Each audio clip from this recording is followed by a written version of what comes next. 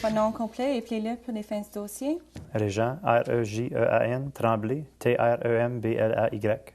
Merci. Affirmez-vous que le témoignage que vous allez rendre devant le tribunal est la vérité, toute la vérité et rien que la vérité? Oui, je jure. Merci, vous pouvez vous asseoir. Merci. Constable Tremblay, si je comprends bien, vous êtes agent de police avec la police provinciale de l'Ontario depuis déjà 10 ans. Oui, c'est ça. Vous étiez de patrouille le 10 septembre dernier dans la région du campus du collège quand vous avez reçu un appel là, de votre centre de répartition. Oui, c'est ça. D'accord. À quelle heure avez-vous reçu cet appel? Madame la juge, est-ce que je peux référer à mes notes?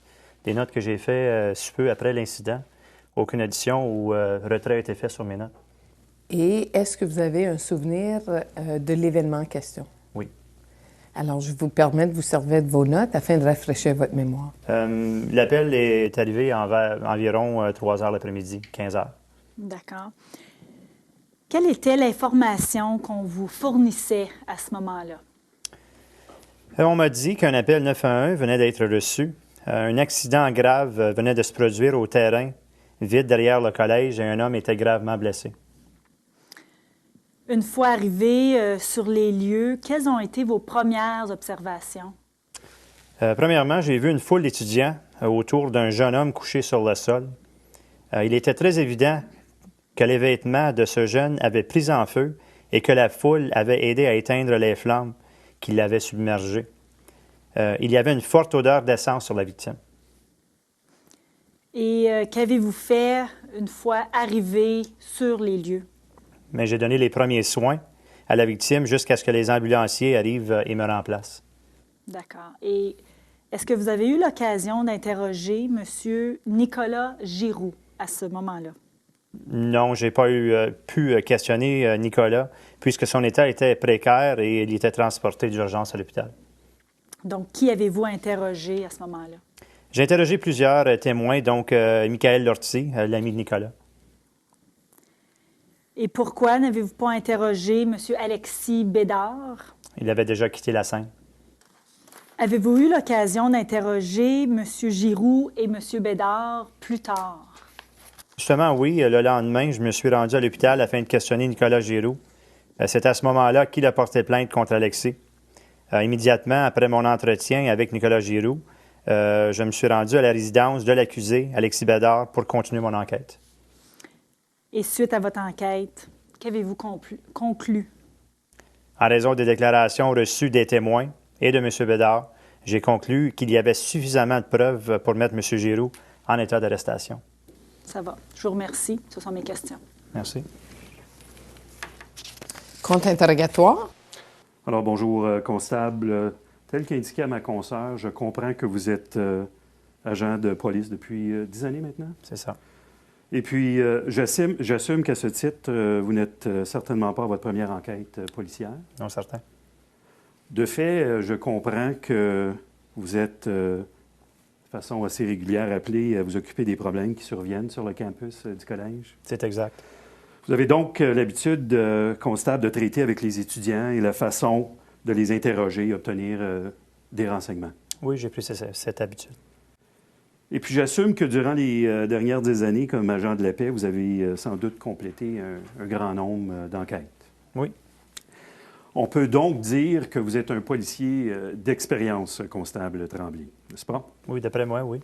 Et puis, comme policier d'expérience, vous comprenez sûrement l'importance pour l'accusé, le plaignant et le tribunal de mener une enquête complète. Oui, je le comprends très bien. Et j'assume que c'était votre intention, à l'espèce, d'élaborer une enquête qui était complète? Absolument. J'ai compris, constable, qu'il y avait plusieurs étudiants qui s'étaient présentés afin de voir la mise en scène qui est extrêmement dangereuse de Nicolas Giroux. Oui, il y en avait. En fait, dans vos notes, vous faites référence à une foule d'étudiants qui étaient sur les lieux lors de votre arrivée, n'est-ce pas? Oui. Le moins qu'on peut dire, c'est qu'il y avait beaucoup de mouvements entourant cette mise en scène très dangereuse. Ça bouchait pas mal. Donc, il n'est certainement pas déraisonnable, constable, pour moi de suggérer qu'au moment du saut périlleux du plaignant, il y avait beaucoup de gens, que ça bougeait et que mon client est un individu parmi une grande foule. Oui, c'est vrai. Il y avait donc un nombre considérable de témoins potentiels pour vous. Oui, c'est ça. Et de fait, encore, selon vos notes, j'ai noté que vous avez indiqué que vous avez parlé à plusieurs témoins. C'est vrai? Oui, oui. Et puis vous allez être d'accord avec moi, constable, que les seules versions des faits que vous avez documentées, soit dans votre carnet de notes ou le bref que vous avez remis à ma consoeur de la Couronne, sont celles du plaignant, de Michael Lortie et mon client, Alexis Bédard. Oui. Vous n'avez donc même pas documenté les détails fournis par les plusieurs témoins à qui vous avez parlé dans les minutes suivant l'incident. Oui. Vous n'avez même pas pris le temps de noter leur nom. C'est vrai? J'ai sûrement quelques autres noms. C'est quand même incroyable, constable Tremblay, que vous n'êtes même pas en mesure de nous dire avec précision ce que ces nombreux témoins vous ont dit. Non. Ni la défense, ni le tribunal, ni même le plaignant n'auront le bénéfice de considérer ce que ces gens ont vu ou entendu, n'est-ce pas?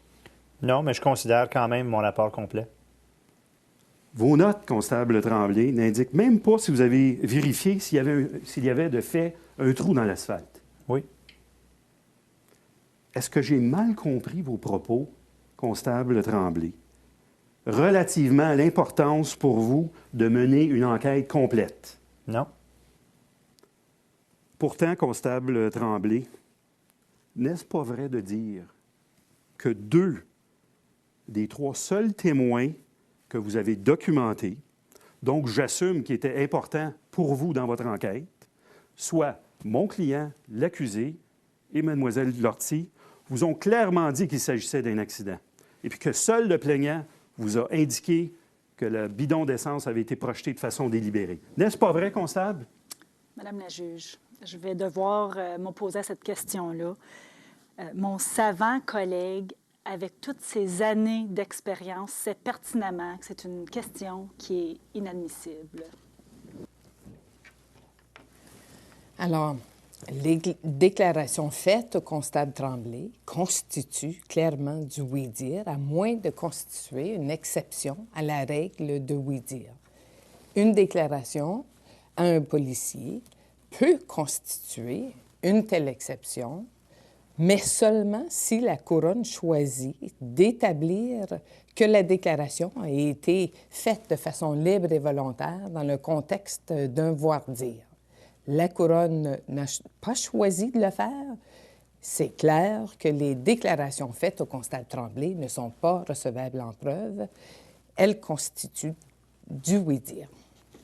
Alors, avez-vous d'autres questions, Maître La Liberté? Non, je n'ai aucune autre question pour ce témoin, Madame la juge. Je vous remercie. Est-ce que vous avez un réinterrogatoire? Non, merci, Madame la juge. Alors, merci, constable Tremblay. Vous pouvez quitter maintenant.